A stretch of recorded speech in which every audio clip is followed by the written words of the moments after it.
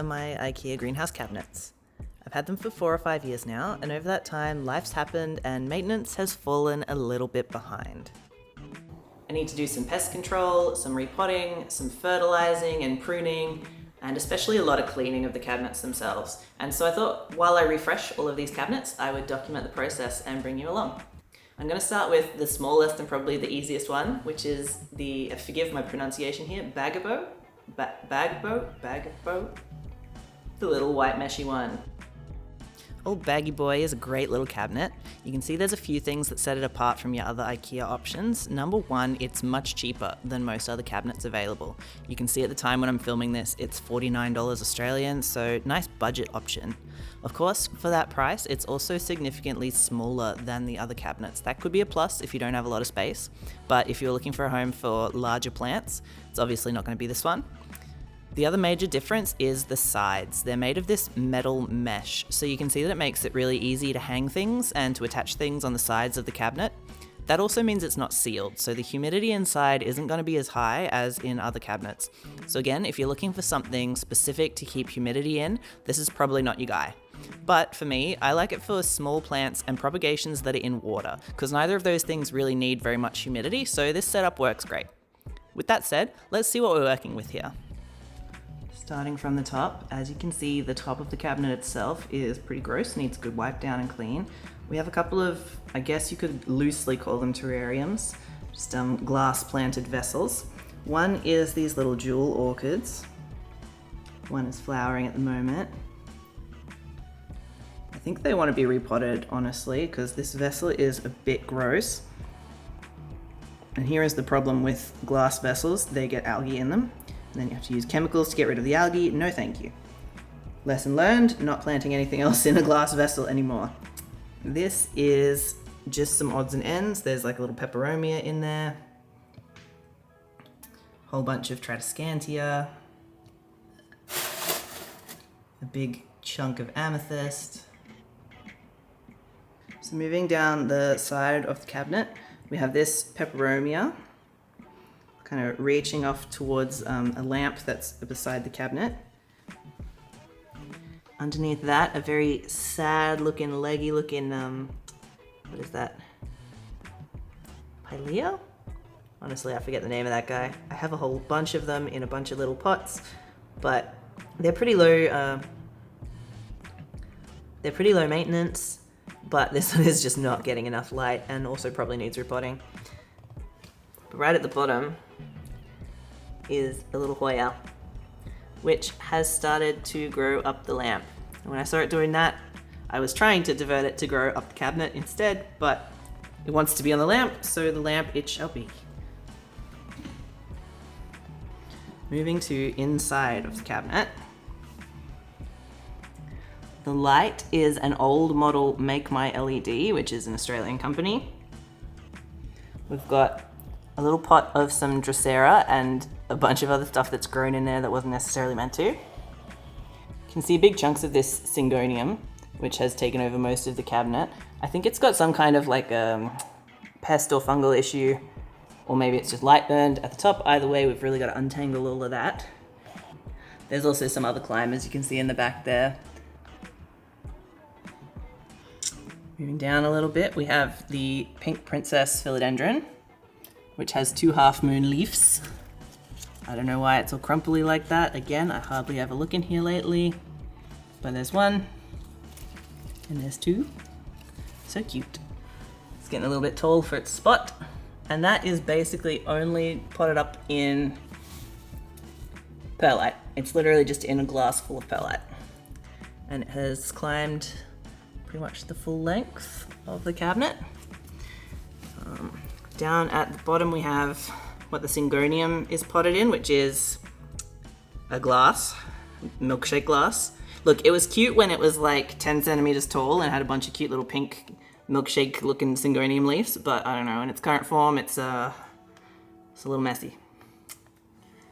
And then right at the bottom is this kind of mixed planter in just this random plastic like stationary thing. That's got a few different pothos and monstera and odds and ends, which are growing up the back of the cabinet. So now the plan is just totally dismantle it. I'm going to take everything off, take everything out, give the cabinet a good clean, and then look at what I need to do with the actual individual plants.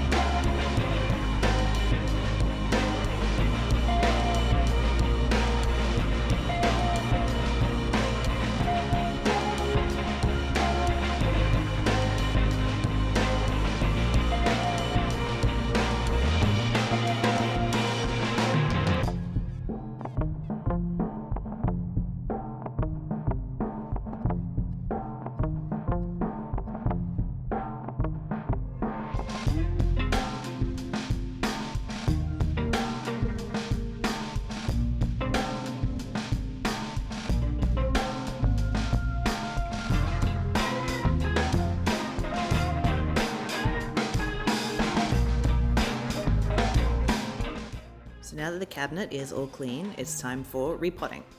I'm using some terrarium tools here. You can buy these sets just on eBay. It just basically comes with a whole bunch of different long implements for using in terrariums. It's really handy to have if you have any terrariums or glass vessels or just weirdly shaped kind of plant containers.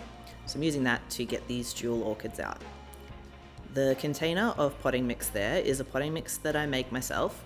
It's got cocoa chips, the really big chunks. They're similar to orchid bark. You can use orchid bark if you prefer. Cocoa fines or cocoa core, perlite, charcoal, and just some organic fertilizers. So that's a pretty general purpose potting mix that I use for most of my plants, and I just alter the ratio of how chunky it is depending on whether it's a plant with chunkier roots or finer roots. These jewel orchids have finer roots, so I've got a bit of the mix that has more of the cocoa fines and cocoa core and less of the more bark-sized chunks. I've spread everything out on the floor because that's just the easiest place to repot for me. I don't know about you, but I don't have a table big enough.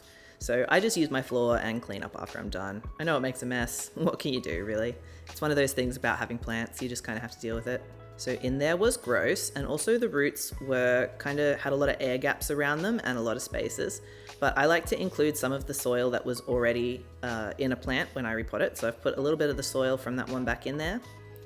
And then I'm just refilling the soil back around as I'm potting it up. Excuse the angle, guys. I haven't filmed any repots before. This is my very first one. So once the jewel orchid was done, I went to repot the little peperomia, which definitely looked like it needed it. And when I finished potting up the plants, I just put them out on my balcony and water them in out there so that the water can run onto the balcony tiles. Saved having to take them to a sink or anything like that. Okay, finally getting to the snippy part of the proceedings. It's time to cut up all of these vining plants. I debated for a while whether to try and save this syngonium, but I just took a deep breath and cut it off. Wasn't worth it. Honestly, the whole thing had a lot of those leaf spots and wasn't looking in very good condition. I figured I'm going to save a couple of sections from the very top of this plant, but most of it was in such bad condition, I figured it just has to go in the bin. So my solution is I'm going to save a couple of sections from the very top of this plant that look relatively healthy, try them as cuttings, see if I can start it again, but otherwise I'm just going to throw this one out. It's not worth it to try and save a plant that's raggedy looking, in my opinion. I wasn't super attached to this one, so I'm gonna have to ditch it. So after I've cut up that syngonium, I'm moving on to the big multi-planter of pothos and monstera, pulling off all the dead, gross leaves, just giving it a general clean up and assessing the damage and assessing what needs to be done. Pruning basically all the way back on some of these vines because where they're really bare, I don't see a point in leaving them. It's gonna grow back eventually. So just taking off anything that's not very nice to look at this point in time. And I take those away and I put them into, little propagation vases usually. So the final thing that I do after I've done all of this repotting and pruning is with all the plants that I want to put back into the cabinet, I put them out on my balcony and I just spray them quickly with sulfur spray. And that's a really good organic, all-purpose pesticide and antifungal, and it doesn't harm your plants. Don't be afraid of the sulfur, it's just a bit smelly. So after everything's dried off from the sulfur spray, it's time to put it all back in the cabinet, and I think that's probably the most fun part, really. This bit's just trial and error for me, and I wasn't just using things that had already been in the cabinet previously. I was also using things from around my collection, other little small propagated plants, just anything that fits the size of this cabinet. So this is when you can really be creative. Just let the ideas flow and see what looks good. It's probably the most fun part of the entire hobby, actually, just moving your plants around, redesigning where they're gonna live. It's one of my favorite parts anyway.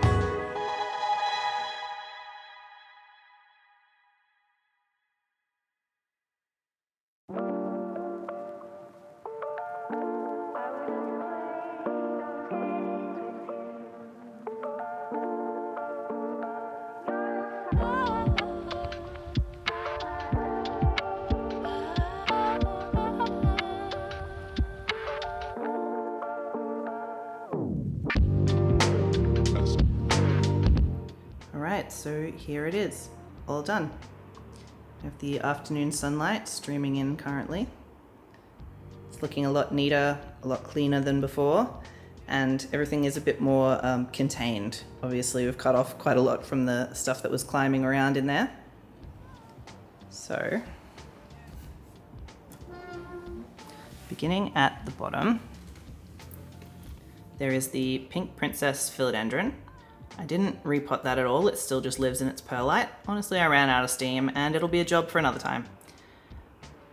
Forgive the residue of the sulfur pesticide that I used. That's just gonna stay there as a little protective coating. I've got a peperomia in there from another of my cabinets. I've got that clear plastic container that had all the pieces of pothos and things. I've just cleaned that up and put it back in with them climbing back up the walls. And the last pieces of that syngonium that was in the glass, I've cut those up and they are in this nice little pink and blue vessel on the side now, just climbing up the wall slightly. So something that's really convenient about this particular cabinet is these mesh sides. So one, it's really easy to climb plants up it because their aerial roots will eventually grab and kind of hook on there a little bit. And two, it's easy to attach things to. So for instance, I've been just hooking these little metal rings. I got them from an orchid supplier, a place that does, supplies for keeping orchids. They're very, very useful and they come in a lot of different sizes. So that's just how I attach stuff in this cabinet. Works out very well. So we've got some pothos cuttings in there. And then in the next glass, we've got some purple passion cuttings and some pseudoranthemum. Obviously closer to the light, we need more highlight plants. I've kept this little carnivorous plant moss dealy, didn't really do anything to that, just gonna see what happens with it. And kind of same deal with, I think this is a Pellionia, whatever that is at the back there. I just cleaned that up, pest treated it.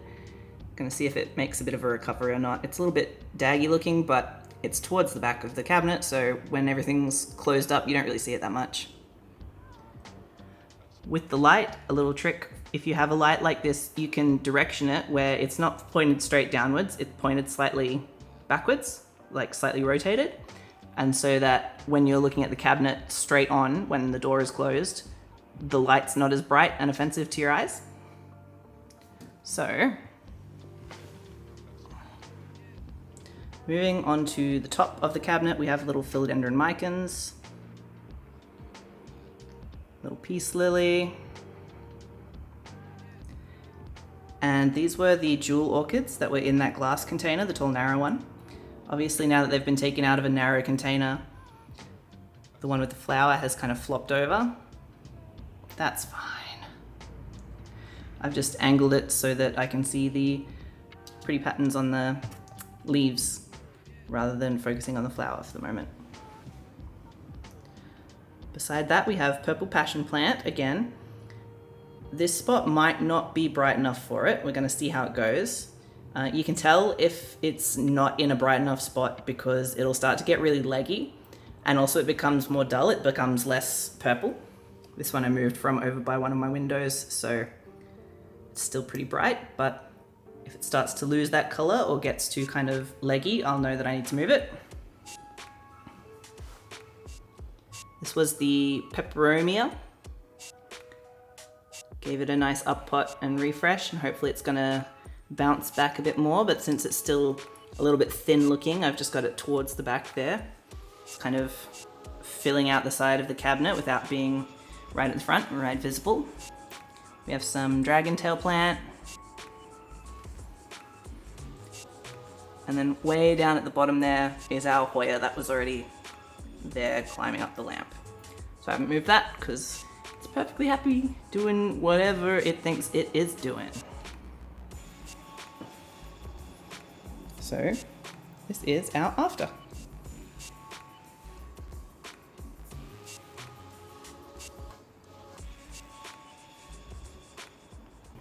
Thanks for coming along while I cleaned up this cabinet. It's a lot more neat and tidy and manageable now, and I reckon once it grows in a bit more, it's going to be looking really great. Let me know in the comments if you have any questions about this model of cabinet or any of the plants that you've seen in this video.